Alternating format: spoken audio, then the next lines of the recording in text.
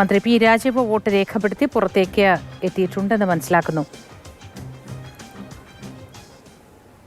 Pradeep Joseph ഉണ്ട് വിവരങ്ങളുമായി.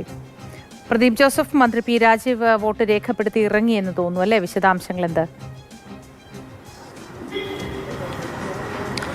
അതെ, കളമശ്ശേരി സെന്റ് പോൾസ് കോളേജിലെ ബൂത്തിലാണ് മന്ത്രി പി രാജീവ് വോട്ട് രേഖപ്പെടുത്തിയിരിക്കുന്നത്. കുടുംബ സമേതമെത്തി കുടുംബാംഗങ്ങളോടൊപ്പം എത്തിയാണ് അദ്ദേഹം വോട്ട് രേഖപ്പെടുത്തിയത്. തുടർന്ന് മണ്ഡലത്തിലെ വിവിധയിടങ്ങളിലേക്ക് അദ്ദേഹം മറ്റ് പ്രവർത്തനങ്ങളും പരിപാടികളും ഒക്കെയായി പോകും. വൈകാതെ മന്ത്രിയുടെ പ്രതികരണം ഉൾപ്പെടെ പ്രതീക്ഷിക്കുന്നു.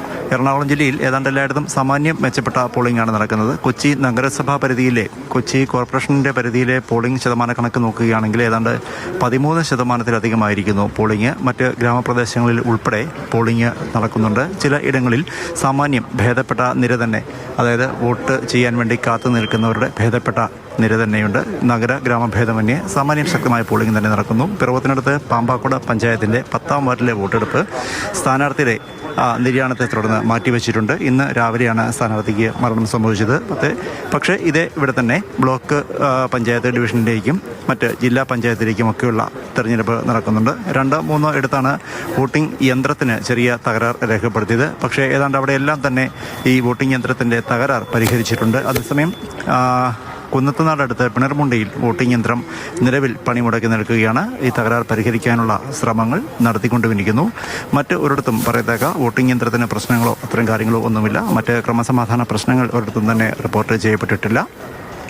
പ്രമുഖർ ഉൾപ്പെടെയുള്ളവർ വോട്ട് രേഖപ്പെടുത്താൻ എത്തിയിട്ടുണ്ട്. അതേസമയം നടൻ മമ്മൂട്ടിക്ക് ഇത്തവണ ഈ തെരഞ്ഞെടുപ്പിൽ വോട്ട് ചെയ്യാനാവില്ല. കാരണം വോട്ടർ പട്ടികയിൽ അദ്ദേഹത്തിൻ്റെ പേര് ഇല്ല. നേരത്തെ പനമ്പള്ളി നഗറിലായിരുന്നു അദ്ദേഹത്തിൻ്റെ പേര് ചേർക്കപ്പെട്ടിരുന്നത്. പിന്നീട് അദ്ദേഹം താമസം മാറിയപ്പോൾ പൊന്നുരുന്നിലേക്ക് മാറി. പക്ഷേ അവിടേക്ക് വോട്ട് ചേർക്കപ്പെട്ടിട്ടില്ല എന്നാണ് മനസ്സിലാക്കുന്നത്. അതുകൊണ്ടാവാം അദ്ദേഹത്തിൻ്റെ പേര് വോട്ടർ പട്ടികയിൽ വന്നിട്ടില്ല. ഇതാ മന്ത്രി പി രാജീവ് മാധ്യമങ്ങളോട് സംസാരിക്കുന്നു. നല്ല പ്രതീക്ഷയാണ് കേരളത്തിലാകെ ഇടതുപക്ഷ ജനാധിപത്യ മുന്നണിക്കുള്ളത്. നിങ്ങൾക്കറിയാവുന്ന പോലെ ഇന്ന് പകുതി കേരളം വോട്ട് രേഖപ്പെടുത്തിക്കൊണ്ടിരിക്കുകയാണ്. അപ്പോൾ സംസ്ഥാന ഭരണം വളരെ അനുകൂലമായിട്ടുള്ള ഒരു പ്രതികരണമാണ് പൊതുവെ ഈ പ്രചരണത്തിനിടയിൽ എല്ലായിടത്തും ബോധ്യപ്പെട്ടത്. അതേപോലെ തന്നെ തദ്ദേശ സ്വയംഭരണ സ്ഥാപനങ്ങൾക്ക് കൂടുതൽ അധികാരം നൽകുന്ന, ഫണ്ട് നൽകുന്ന ഇന്ത്യയിലെ ഏക സംസ്ഥാനമായിരിക്കും കേരളം.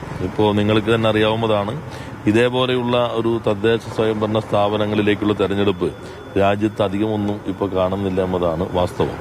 അപ്പോൾ അധികാരവും ഫണ്ടും നൽകിക്കൊണ്ട് മികച്ച രീതിയിൽ തദ്ദേശ സ്വയംഭരണ സ്ഥാപനങ്ങളെ ശക്തിപ്പെടുത്താനുള്ള ശ്രമമാണ് ഇടതുപക്ഷ ജനാധിപത്യ മുന്നണി നടത്തിയിട്ടുള്ളത്. അതിന്റെ ഭാഗമായി തന്നെ എല്ലാ മേഖലയിലും മികവാർന്ന പ്രകടനവും രാജ്യത്ത് തന്നെ നല്ല അംഗീകാരം നേടാനായിട്ട് നമ്മുടെ സംസ്ഥാനത്തിന് കഴിഞ്ഞു. ഇവിടെ കൊച്ചിയിലെ മാലിന്യ നിർമ്മാർജ്ജനത്തിന്റെ കാര്യത്തിൽ, ശുചിത്വ പരിപാലനം, അതേപോലെ തന്നെ നിരവധി ജനക്ഷേമ പദ്ധതികളെല്ലാം കൊച്ചി കോർപ്പറേഷൻ ഇന്ത്യക്ക് തന്നെ മാതൃകാപരമായ രീതിയിൽ മുന്നോട്ട് പോയിട്ടുണ്ട്. അതേപോലെ തദ്ദേശ സ്വയംഭരണ സ്ഥാപനങ്ങളുടെ ഏറ്റവും പ്രധാനപ്പെട്ട അച്ചീവ്മെന്റാണ് ലോകശ്രദ്ധയെ ആകർഷിച്ച അതിദാരിദ്ര്യം. കളമശ്ശേരിയിൽ വോട്ട് രേഖപ്പെടുത്തിയ ശേഷം മന്ത്രി പി രാജീവാണ് സംസാരിച്ചത് മാധ്യമങ്ങളോട്.